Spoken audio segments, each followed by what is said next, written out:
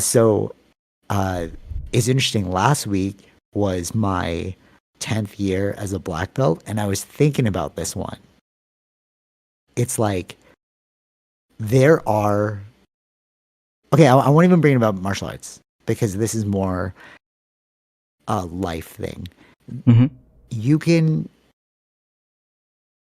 How do I put this? You can be a painter as a hobby, or you can be a painter. Okay. Yeah. Do you get the differentiation? You get it, right? And it was interesting because I was thinking about this with the black belt. It's like I can be martial arts is either a hobby or it's a lifestyle. Mm-hmm. You know, you can be a baker, shout out Arvel. You could be a baker who's like, this is my job, this is my hobby. Or you could be like, I'm a baker, Mm-hmm. you know? Yeah. And we like fully embrace the archetype, right? And it's almost like, who are we if we're decompartmentalized in different ways? So, okay, what I mean by that is like, all right, my best example is this. So, martial arts, right? In my first studio where I got my first black belt, it's like you were made to act in a specific way, Mm-hmm. right? Like just Yeah. for Yeah. Yeah. Right. discipline, Right. you know, the Bushido code, whatever. And I really took that to heart because I was like, oh, this is how I want to live my life. This is who I'm going to become, right? And now everything, Kevin, shout out Kevin across the street, he's the one who said this. I took a video of him. No, I clipped the video of it. He said, martial arts isn't a hobby; it's a lifestyle. If you're a true martial artist, you approach everything in a martial artist way, right? It's like if you're a true baker, you'll approach everything in a baker way. If you're a true marketer, you'll approach Mm-hmm. everything in a marketing way. You know, like how your thought process, like how you move into that. And it's weird because it's like I would teach these individuals not knowing that it was just in those 45 minutes, 1 hour that I saw you that you would be like this. Yeah. Yeah. But then I would forget that it's like, no, they're only here 3 times a week for 45 minutes. I don't know you. Mm-hmm. You know what I'm saying? Right. And that was the mind blow to me where it's like decompartmentalization. Your who you are in one moment isn't who you are in all moments. Sure. Do you know what I'm saying? Yeah. And like, if we have those fractured personalities, is that the healthiest way to live? Maybe that's why people hate their jobs. Maybe that's why like they want to be something else, but it's like I can't be myself around Mm-hmm. these people. I don't know your thoughts on that. I'm just curious. I remember this thing from a long time ago, but it's always even with among friends you're different, among family you're different. Yeah, for sure. No, totally. Right. But there's 100%. No, but there's a self there that's consistent. Okay, for example, I'm so lucky. I love my job, right? Because my job and my department, my team, shout out you guys, is extremely welcoming because we have a foundation of diversity. And like coming as you are, but that can really mean come as you are. Like I've said some weird stuff in there where it's like, you know, I'm like, so I get told like, hey, maybe don't bring that up. It's like, all right, cool. Like that's, Mm-hmm. I won't bring that up, but who I am is the same, you know? And I knew this from, one of my coworkers, shout out you, who we're friends outside of work. Right. And she was saying, oh, you're consistent. Mm-hmm. And she's like, oh yeah, I like the consistency. Whereas like before in professional settings, I'd have to put on a mask. I'd have to change. You know what I mean? Right. But like my excitement towards things is consistent, Sure. right? So you're right. Under different circumstances, we have to be different people. Like for my parents, I have to be their kid. For you, I'm your friend, you know? But the consistency is that I'm still excited about the thing. Sure. Do you know what I'm saying? Yeah. And I think that's what I'm trying to say, where it's like, when you know who you are, you can be consistent Mm-hmm. as that thing. what do you think? Yeah, I'd agree with that. Yeah, I think that should be the way. I'd say. Like okay, for example, if I brought, like, I know you so well because we've known each other our whole lives. If I brought you to a party, I know exactly what you're gonna do. Like, I'm not gonna be surprised. I'm bringing you to a party. I'm like, oh, dude, what? Vish is doing some crazy stuff I've never seen before. No, I'm like, no, you're gonna be you consistently throughout all this thing, Sure. right? Even when we live together, I'm like, I know exactly who you're gonna be, right? And you are exactly who I knew you would be, right? But that's like, no, right? But it's like that's the consistency I'm talking about. Okay. Yeah. Like, I'm Yeah, sure yeah, yeah. even if I saw you at work, you wouldn't be like some outspoken, like crazy. That's Oh, more no, me, yeah, right? yeah. But I'm always outspoken, right? Like, even in our friendship, I'm always just like, right? But for you, I can imagine you at work, and if I saw it, I'd be like, oh, yeah, that's you. Mhm. You know what I mean? And like Jared, oh, it's authenticity. That's what we were talking about before. Mm. It just clicked for like old podcasts ago. It's Oh like, yeah, I yeah. think that's, you remember we were talking about Yeah. authenticity? And I'm like, that's the part that pisses me off.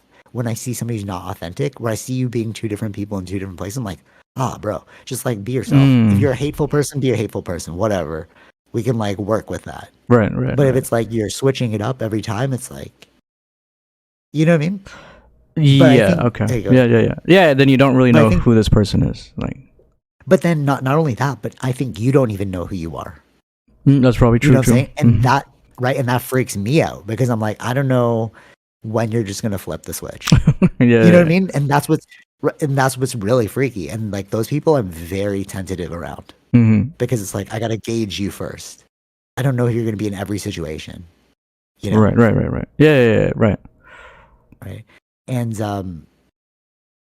and I think like, at least for me, the biggest test for that is like martial arts because it's like, especially jujitsu, because when, like, who are you gonna be when you're about to lose?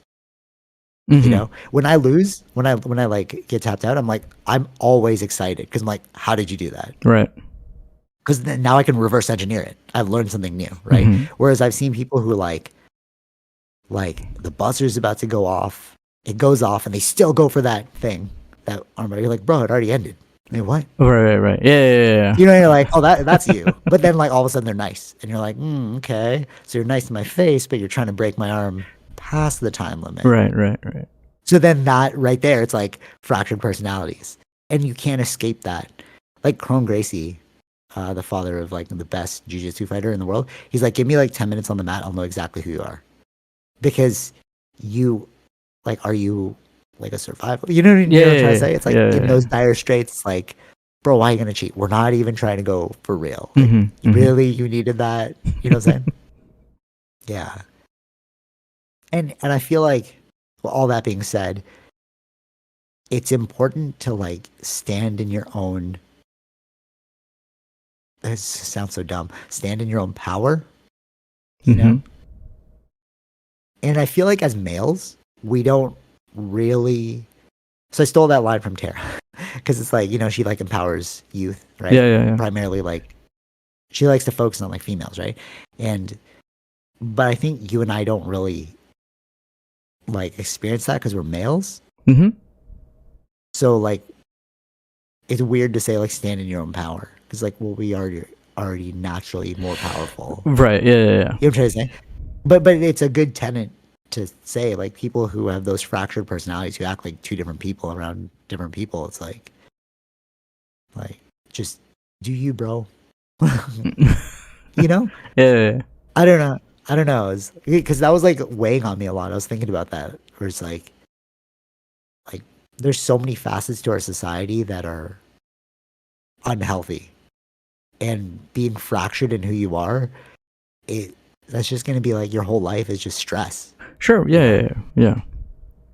But That makes sense. it makes sense. Yeah. But I mean, yeah, it's hard to know like where people are at, right? Everyone has a different Mm. Yeah. story to tell or whatever. That sometimes things it's Yeah. trauma. It's trauma, right? These things. I think Yeah. these things relate to trauma and just like what's like why how they grew up or what they were around, right? That caused Mm. them to like not necessarily be authentic or be able to be free to be authentic. It Yeah, I depends see what on you're how saying. it all comes down to how we were raised, who raised us, right? How free did Facts. were Okay. we able to be us when we were younger? And I think I've seen a lot of these other videos where it's like, yeah, like being able to make mistakes, but then not, you know what I mean? Like our parents not being like Yes. directly angry at us. It's or like, you know what I mean, or pushing us in a certain way.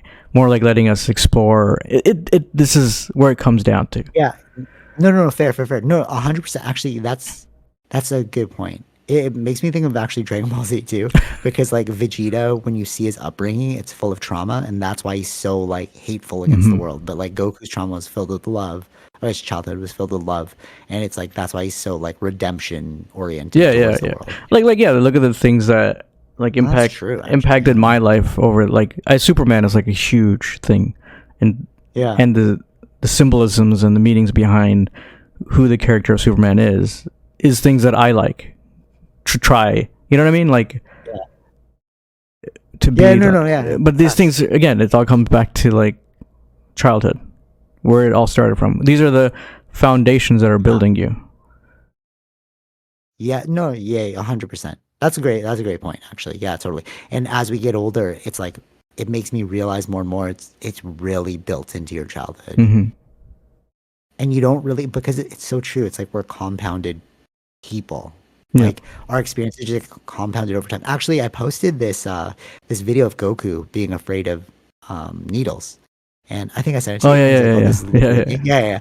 And then Tara watched it and she's like, "Oh, this is probably why you're afraid of needles." I'm like, "Well, why?" And she's like, "Because you watched this as a kid yeah. and you probably just mirrored this behavior, Right. you know?"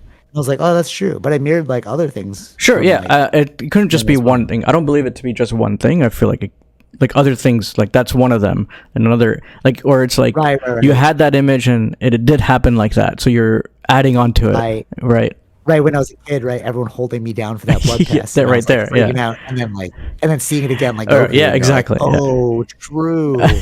Yeah, I see it.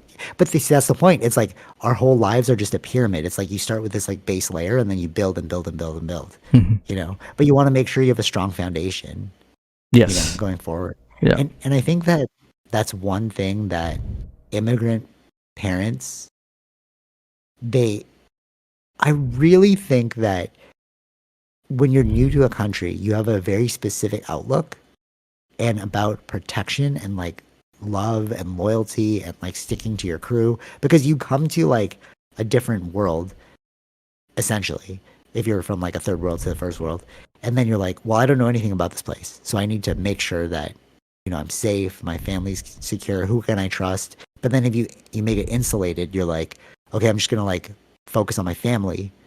Hmm. Then that builds a sense of security in your children because you're like, okay, like I know I'm safe. Hmm. You know what I mean? Yeah. Like all of the stupid things that I've done that have been wastes of money and like everything, as I was pursuing them, like martial arts even, right? Like longest time, right? And but I knew that no matter what, I could always go home.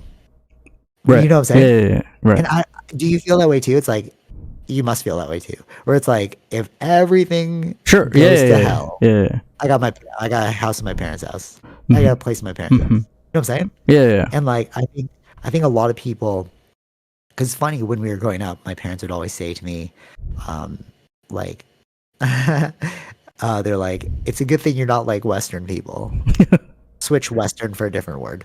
And I was like, why? And like, they kick you out when you're 18. And I was like, oh, right? You're laughing because you heard that too, Yeah. right? Yeah. Yeah. Yeah.